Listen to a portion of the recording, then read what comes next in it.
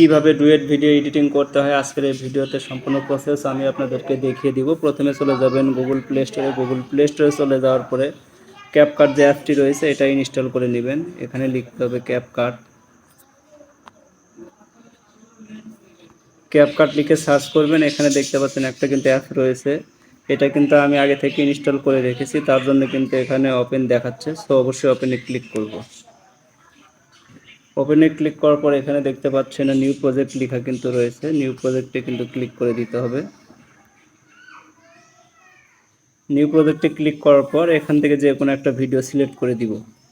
তো ভিডিওটা সিলেক্ট করে দিব, দেওয়ার পরে এখানে দেখতে পাচ্ছেন অ্যাড লেখা রয়েছে। সো অবশ্যই অ্যাডে ক্লিক করে দিব এবং ভিডিওটা অ্যাড করে দিব। ভিডিওটা কিন্তু আমি অ্যাড করে দিলাম। এখানে দেখতে পাচ্ছেন অনেকগুলো কিন্তু অপশন রয়েছে। এখানে এই অপশনগুলো স্ক্রল করে একপাশে ঠেলে দিতে হবে। তো এরকম করে একপাশে ঠেলে দিব। এখানে দেখতে পাচ্ছেন রেশিও নামের অপশন রয়েছে, এখানে ক্লিক করে দিব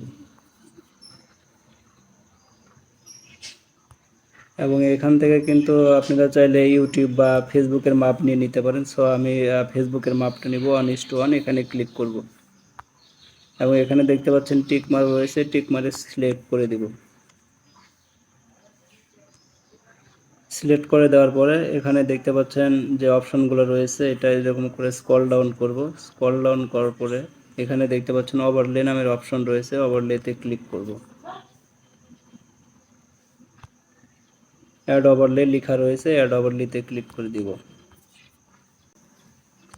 এখানে আমি ডুয়েট ভিডিওটা এখানে বসিয়ে দিব। নিচে দেখতে পাচ্ছেন অ্যাড লেখা রয়েছে, অ্যাড করে দিব। তো অ্যাড করার পর ভিডিওটা অবশ্যই এরকম করে ছোট করে নেব, জুম আউট করে নিব। নেওয়ার পর যে কোনো ভিডিওর এক পাশে বসিয়ে দিব। দেওয়ার পরে এরকম করে স্ক্রল ডাউন করব। স্ক্রল ডাউন করার পর এখানে দেখতে পাচ্ছেন রিমুভ বিজি লেখা রয়েছে, রিমুভ বিজি এটাতে ক্লিক করব। এটাতে ক্লিক করে দেওয়ার পর লেখা রয়েছে অটো রিমুভাল লেখা রয়েছে, এটাতে ক্লিক করব। তাহলে অটো কিন্তু ব্যাকগ্রাউন্ডটা রিমুভ হয়ে যাবে। তো এটা আপনারা চাইলে ইচ্ছা মতো বসিয়ে দিবেন। এখন বসিয়ে দেওয়ার পরে নিচে দেখতে পাচ্ছেন এক পাশে কিন্তু টিক মার্ক রয়েছে, অবশ্যই টিক মার্কে ক্লিক করে দিব।